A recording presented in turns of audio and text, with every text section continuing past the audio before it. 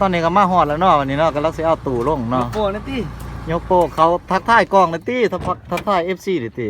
FC อันนี้บาวซิกามานเพิ่นเด้อนี่เด้อบาวซอยหัวหน้าทีมซอยซิกามานมื้อนี้งานเวทีเครื่องเสียงเวทีเนาะตั้งตอนนี้เฮาย่อเครื่องลงกันเนาะรถนี้เอาผมหมูก็ตัวนี้วะ ไป ตัวนี้ก้อนนี่ตั้งก้อนตัวนี้นี่ เอาแอมไปก่อนเนาะ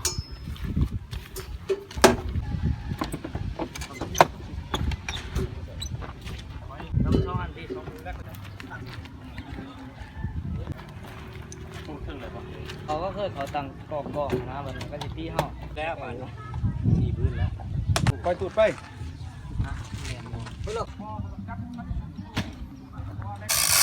ตอนนี้เขากำลังเค้นตู้ขึ้นเนาะ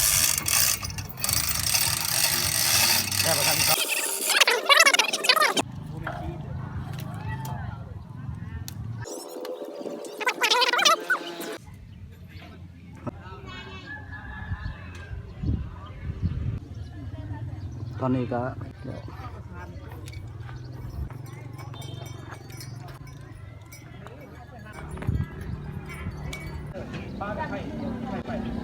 ตอนนี้เขาเจ้ากำลังตกแต่งทางนานาวิธีเนาะประดับประดาเมื่อแรงพ่อกันระหว่างงานแสดงศิลปะอยู่ที่บ้านวัดถาดเนาะตอนนี้สร้างไฟเพิ่นกำลังติดตั้งไฟอยู่เอาก็คือว่าสมบูรณ์เลยเครื่องเสียงเราถาดไฟมาแล้วก็จะได้ลองเครื่องเนาะ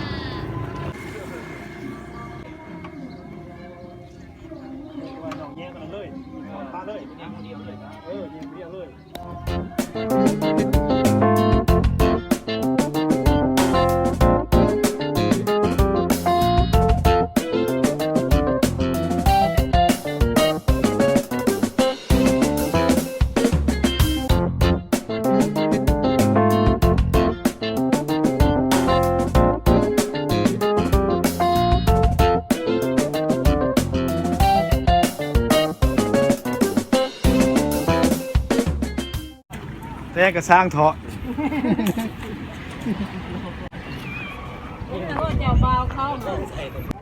ตอนนี้เขาสิมาลองเครื่องนะวันนี้เนาะเสียบปลั๊กไฟได้บัดนี้ได้นี่คือวิศาการมาแต่ไทยคือกันนี่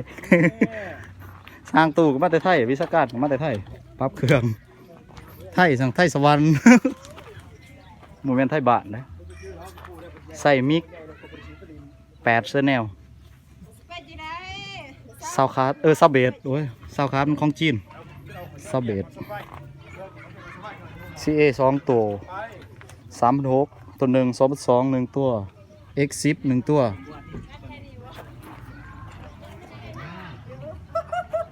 เอฟเฟกต์นอกอลิซิตบ่ฮู้ดอกจักซื้อภาษาอังกฤษได้ว่าแน่ใดชื่อฮู้น้ำเพิ่น